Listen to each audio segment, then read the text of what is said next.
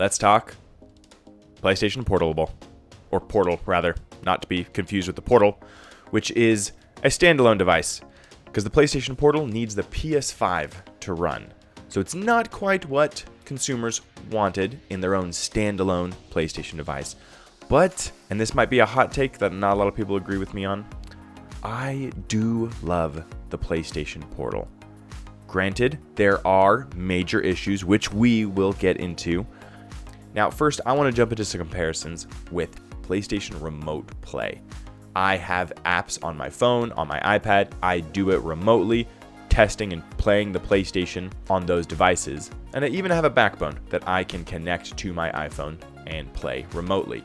Now, the latency is still an issue with my iPhone. A lot of time it's really good, but sometimes I'm experiencing some delays in the inputs, and graphics sometimes drop a little bit. All in all, still works well. The issue with just using the phone though is that it's my phone and I get lots of notifications. I can put it on Do Not Disturb, but oftentimes I'm wanting to respond to texts, respond to notifications while I'm playing as well, just taking a quick pause. But if I open up any other app on my phone, it disconnects the remote play. It is so frustrating. I have to go back in, reload the remote play, reload into the PlayStation, and it takes time. With the Portal, it is very quick. You turn it on, you hit this PS button, and you are connected in, honestly, seconds. And then you can use your phone. And you're just playing on this massive screen, by the way, and you're not running into issues of those notifications. And I love that. Also, I'm experiencing less latency. I've been playing this for hours. I literally beat Elden Ring on this device. And I still had latency issues, but it was much less than when I was using my phone and using the PS Remote app. So it's been great. And those times where I do experience latency issues, it is just for a couple seconds and then I'm right back. I even tested it outside of my home Wi-Fi. I went to a different location, tested Wi-Fi, played, and it still worked really well. There are a couple times where I had like graphics that were a lower resolution, but for the most part, it worked well. A couple times of latency issues, but it still looked great. It worked better than the Remote Play app did. Now, a couple things I do need to clarify. This isn't really meant for first-person shooters, mainly people looking to do online play, like competitive games, Apex Legends, Call of Duty. I don't recommend it for those because you are going to experience slight latency issues, slight delays in your input. Aiming is going to be a little bit tough, and it's just not going to be a good experience. So any of those role-playing games like Spider-Man, Elden Ring, Ghost of Tsushima, those are fantastic to play on this device, and I highly recommend them. But the number one issue for this bad boy, no Bluetooth. It comes with this thing called PlayStation Link, which has to be only connected to PlayStation Sony headphones.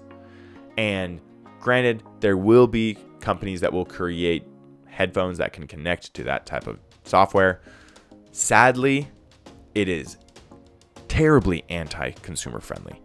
And I just don't understand why you would do something like that just to sell really expensive headphones when people have tons of headphones. You're going to want to use your own Bluetooth devices. It is so frustrating. It really makes me lose a little bit of loyalty in Sony for kind of pulling a stunt like that. Like, you don't need to. You can just do Bluetooth.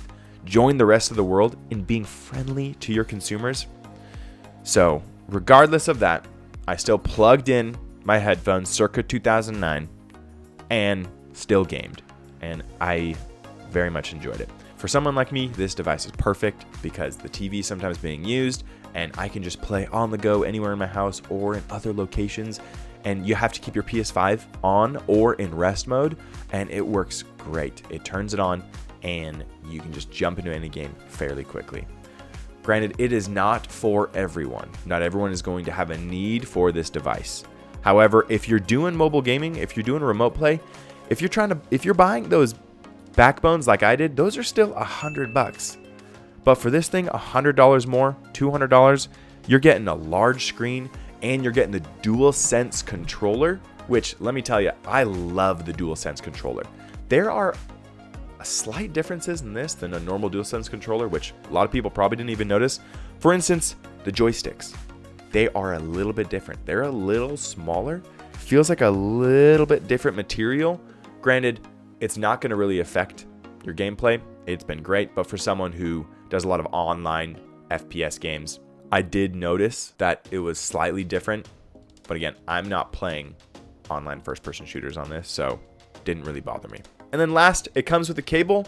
Doesn't have an adapter, but it's because the USB-C cable is meant to plug into this, and it's meant to plug into your PlayStation 5 to charge. You're not always going to be next to your PlayStation 5, so I plugged it into various adapters, and it's worked fine.